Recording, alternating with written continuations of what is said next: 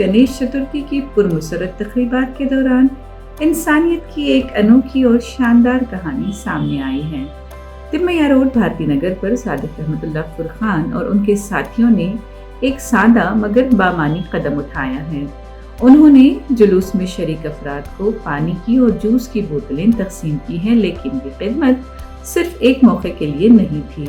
फुरखान और उनकी टीम शहर भर में मुफ्त एम्बुलेंस सर्विस भी चलाते हैं, ज़रूरतमंदों को वक्त पर पहुंचकर सहारा देते हैं। वो बाकायदगी से बेघर अफराद को कंबल भी तकसीम करते हैं और ये साबित करते हैं कि इंसानियत की कोई हद नहीं होती। ये जज्बा भाईचारगी का सिर्फ बेंगलुरु तक महदूद नहीं रहा।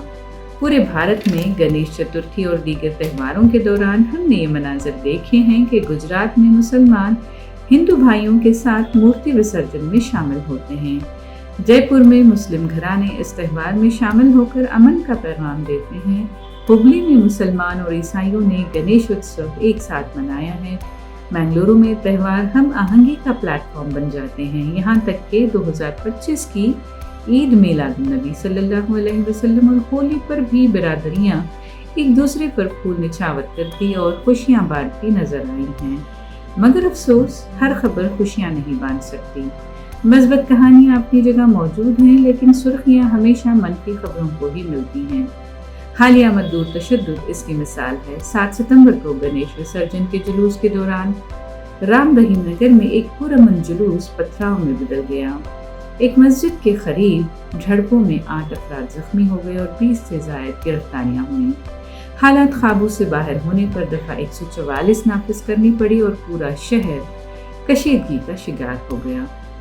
ऐसे मामलात और लोगों को मजीद भड़काने के लिए जानबूझकर मसाजिद के सामने ऊंची आवाज़ में डीजे म्यूजिक और काबिल एतराज़ गाने भी बजाए गए हैं। कलबुर्गी और दीगर शहरों में ऐसी मिसालें देखी गईं जहां इश्तियाल अंगेज नगमे बजाए गए। सच ये है कि हर मनफी वाक़े के मुकाबले में मस्बत कहानियाँ भी जन्म लेती हैं, मगर वो कम ही मशहूर होती हैं और कम ही आवाम की नज़रों में आती हैं और कम ही व्हाट्सएप ग्रुप्स में शेयर की जाती हैं। फुरखान जैसे नौजवानों की कहानियों को रोशनी में लाना बेहद ज़रूरी है, ताकि हम याद रख सकें कि असल जीत भाईचारे की है, ना कि तासुब की। आखिरकार एक उसूल सबसे ऊपर रहना चाहिए, मुल्क का कानून। हिंदुस्तानी कानून को सब पर बालातर माना जाना चाहिए। जो भी कसूरवार हो, चाहे वो किसी भी बिरादरी या तबके से ताल्लुक़ रखता हो, अगर वाकई मुजरिम है तो उसे सज़ा मिलनी चाहिए। इससे हम आहंगी महफूज रहेगी, जो हिंदुस्तान की पहचान है। अपने इख्तिलाफात को तक़सीम का सबब न बनने दें, बल्कि उन्हें त्योहारों की तरह इत्तेहाद का ज़रिया बनाएं, क्योंकि आखिर में एक ही सच है, यानी इंसानियत की हमेशा जीत होती है।